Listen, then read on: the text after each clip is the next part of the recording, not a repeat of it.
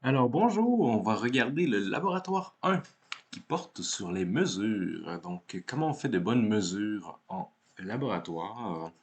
Donc, qu'est-ce que je veux dire ici? Je parle de les grandeurs physiques qu'on va prendre le temps de mesurer avec différents instruments. Donc, le but du laboratoire, ce sera de regarder la masse volumique, donc simplement la valeur de la masse divisée par le volume d'un objet, pour un objet rectangulaire, si vous êtes en mesure d'en trouver un, ou cylindrique, ou même sphérique, en fonction de ce que vous aurez trouvé autour de vous. Je vous invite à prioriser un objet rectangulaire si vous en trouvez un qui fonctionne, mais si c'est une balle, une sphère ou même un cylindre, ça pourrait très bien fonctionner pour calculer le volume. Ensuite, on va vouloir comparer diverses méthodes. Ici, on va comparer deux méthodes pour évaluer la masse volumique d'un objet.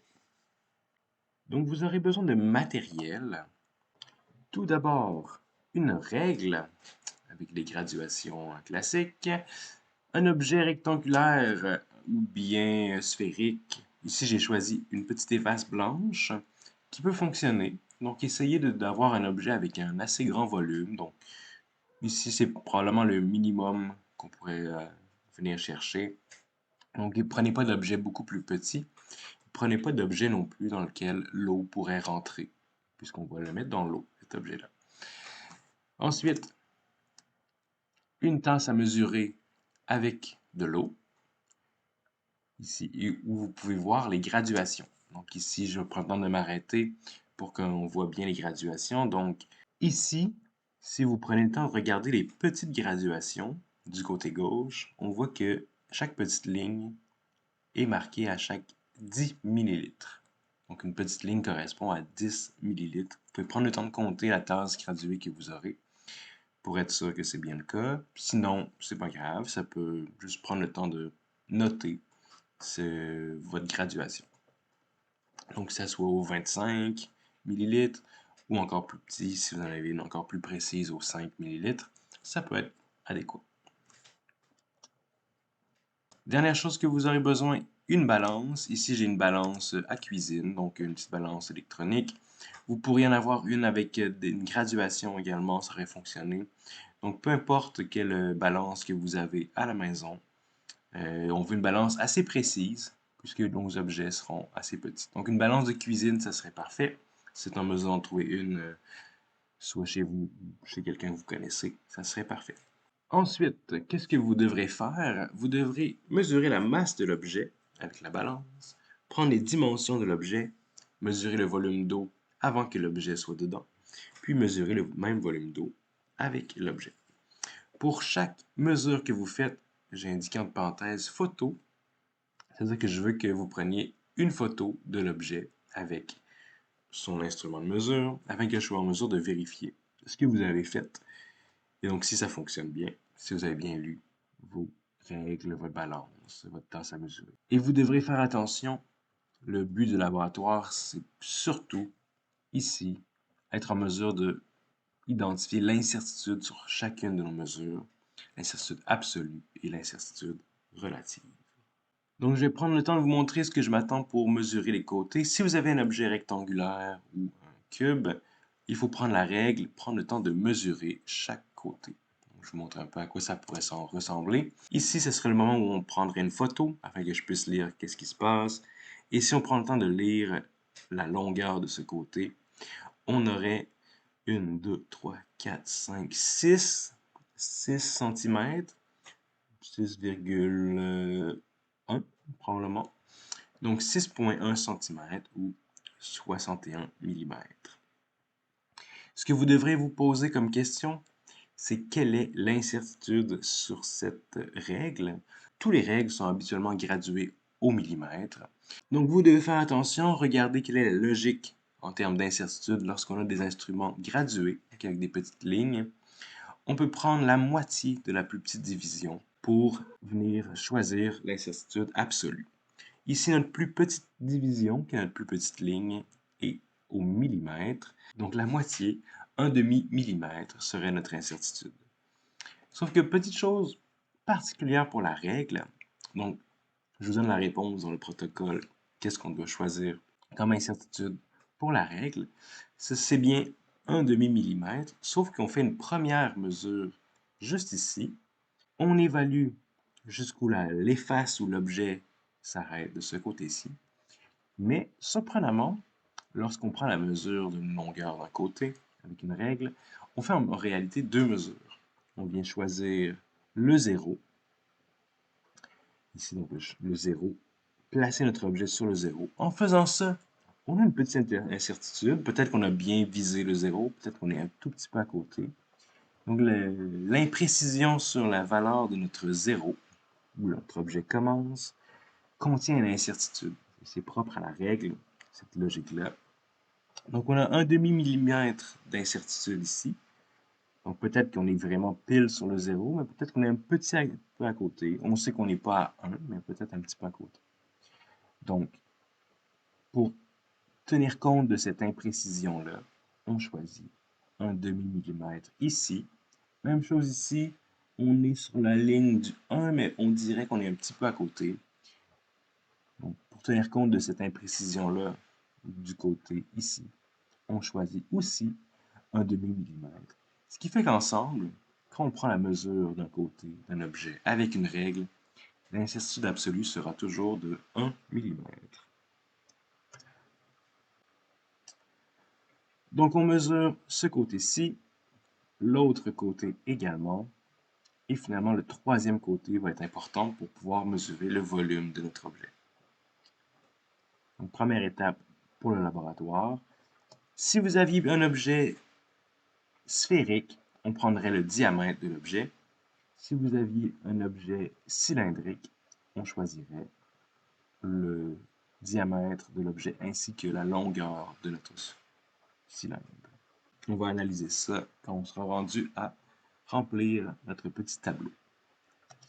Ensuite, nous avons le volume d'eau ici, mais tout d'abord, on va prendre le temps de peser notre objet. Je m'arrête ici sur la vidéo. 22, je ne sais pas si vous voyez bien. En fait, c'est indiqué 22 avec un petit G à côté. Sur la vidéo, on ne le voit pas très bien. Mais la balance est donc précis au gramme. 22. Donc 22 grammes, la masse de l'objet.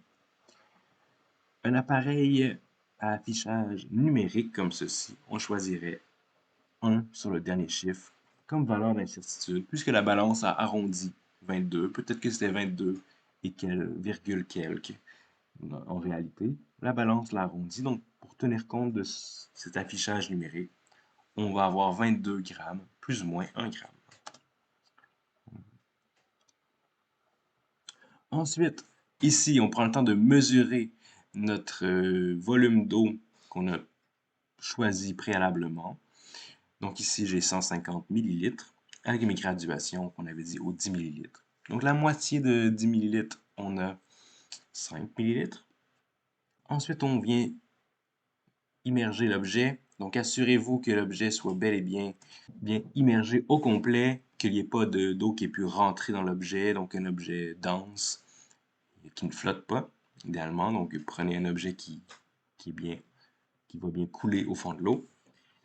Et venez remesurer la valeur du volume. Donc le volume d'eau devrait avoir augmenté puisque maintenant c'est le volume de l'eau plus le volume de l'objet. Donc on est ici à 170 environ. On peut voir ici 170, peut-être un petit peu en dessous, mais près de 170. Et c'est principalement ça les manipulations que je m'attends que vous fassiez. Donc les manipulations ne sont pas très compliquées pour ce laboratoire-là. C'est surtout l'analyse qui va nous intéresser. Donc on va regarder qu'est-ce qu'on fait pour analyser les résultats. Donc pour votre petit tableau dans lequel vous allez résumer vos mesures, voilà à quoi j'aimerais que votre tableau ressemble. Donc il peut y avoir quelques petites différences, mais essentiellement, j'aimerais que ça ressemble à ceci. Et vous l'avez le tableau dans le protocole. C'est adapté pour un prisme, donc comme les faces que j'ai utilisées en démonstration, puisque j'ai les trois côtés. Ici, on aurait uniquement le diamètre, par exemple, si on avait une sphère, ou on aurait le diamètre et la longueur si on avait un cylindre. Donc, pour le cas du prisme, mes trois côtés, J'ai pris le temps de les mesurer, donc vous pourrez venir indiquer, par exemple en centimètres, on était à 6,1. Et pour l'incertitude de ma règle, j'étais à 0,1. Donc vous venez choisir votre mesure et son incertitude absolue. Pour la masse de mon objet, dans mon exemple, j'avais 22 et j'étais précis au gramme. Ensuite, ces sections-ci, volume et l'étrange lettre, genre de P arrondi, ce sont mes valeurs de mon volume, qui sera donc les trois côtés multipliés ensemble, que vous viendrez indiquer la valeur ici pour le volume 1.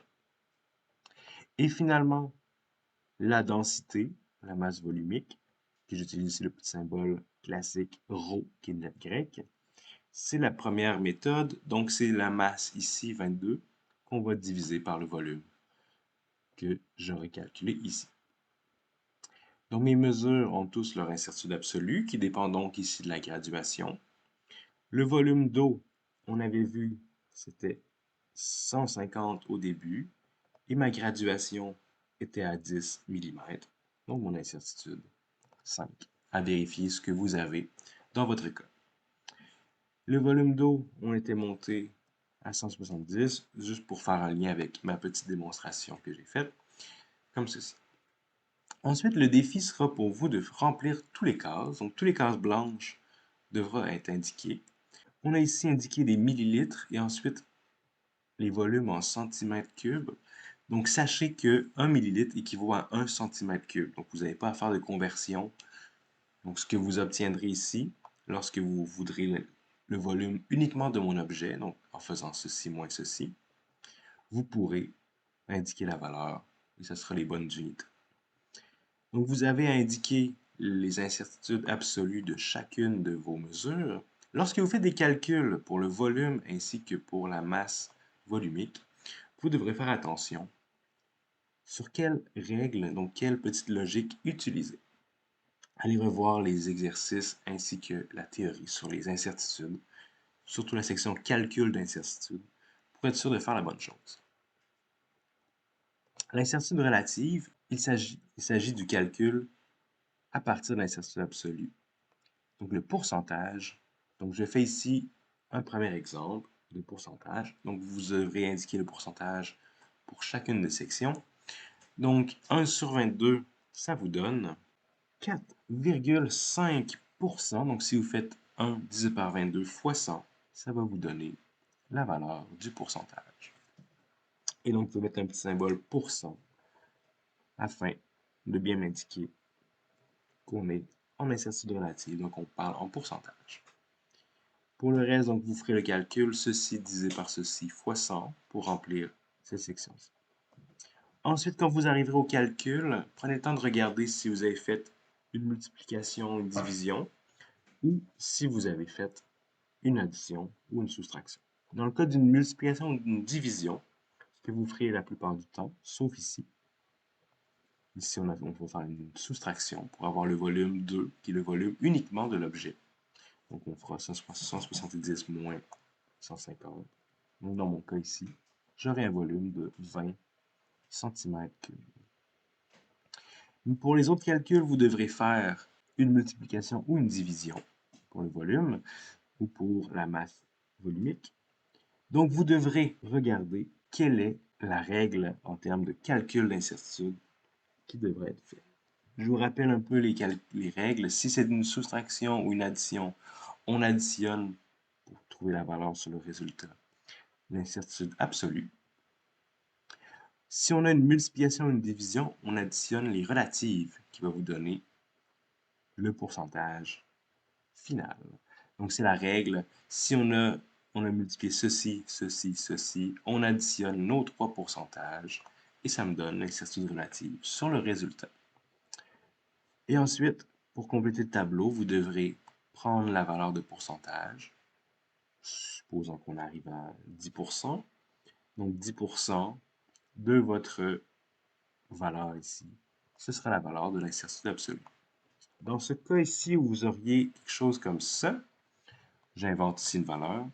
Il y a des petits boutons sur Excel pour venir modifier ce petit bouton-là, le nombre de chiffres que vous voulez garder. Donc, assurez-vous, il y avait une règle. Prenez le temps d'aller vérifier la théorie sur les calculs d'incertitude, mais on doit afficher avec un seul chiffre. Ce ne sera probablement pas 0.05 que ça va donner, c'est juste un exemple ici. Sinon, pour faire des lignes, vous avez les options ici. Et pour faire, si vous voulez faire de plus grandes cases, vous avez l'option ici fusionner. Ensuite, vous pouvez écrire ce que vous voulez, par exemple mesure ou autre chose.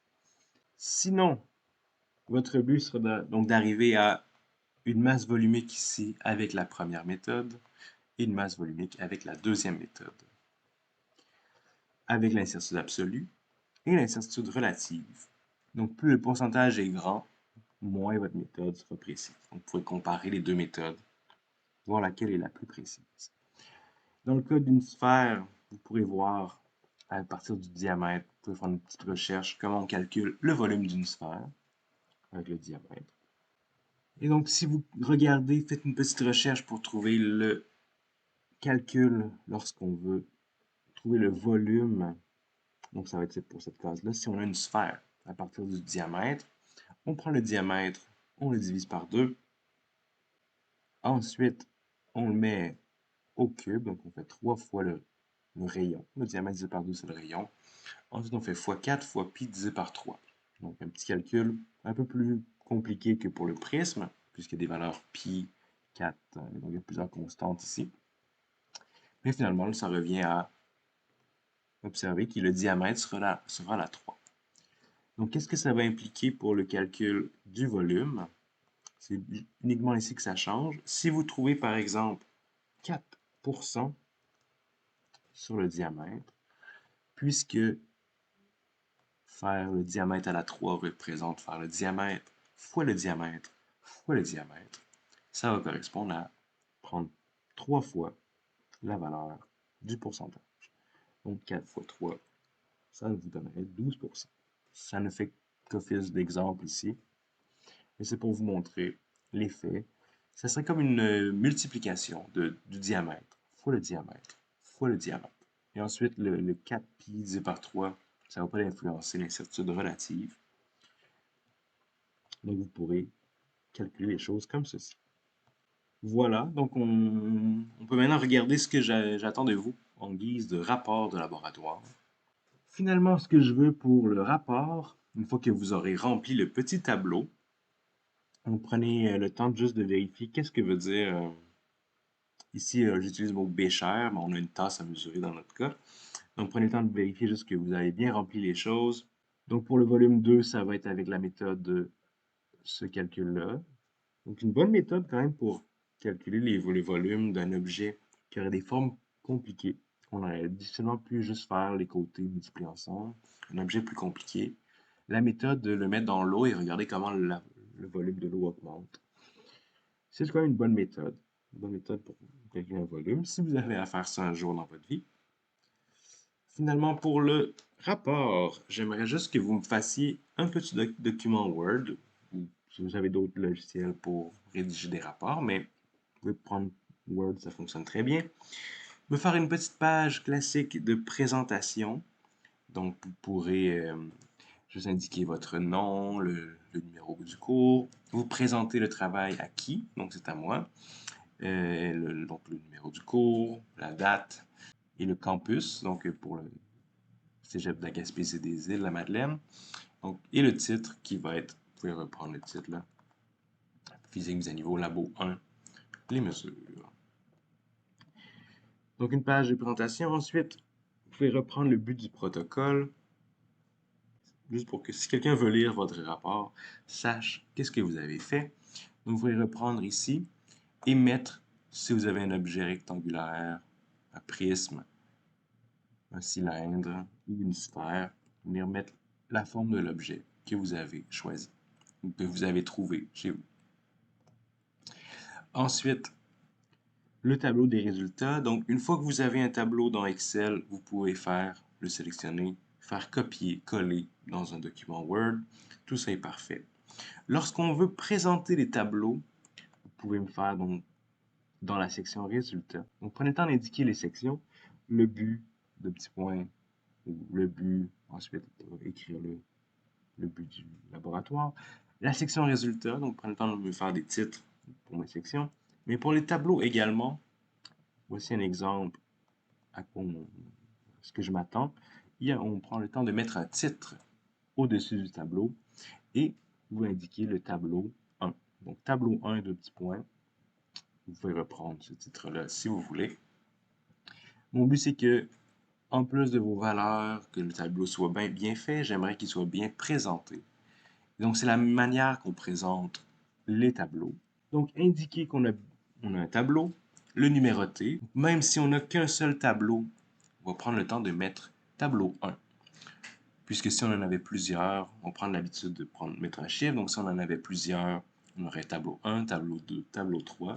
Et ensuite, lorsqu'on veut en parler, on peut dire, dans le tableau 3, on voit que telle valeur n'a pas de bon sens, que telle valeur fait du sens ou est imprécise. Peu importe ce que vous voulez dire sur le tableau. Donc, un tableau bien présenté avec un titre.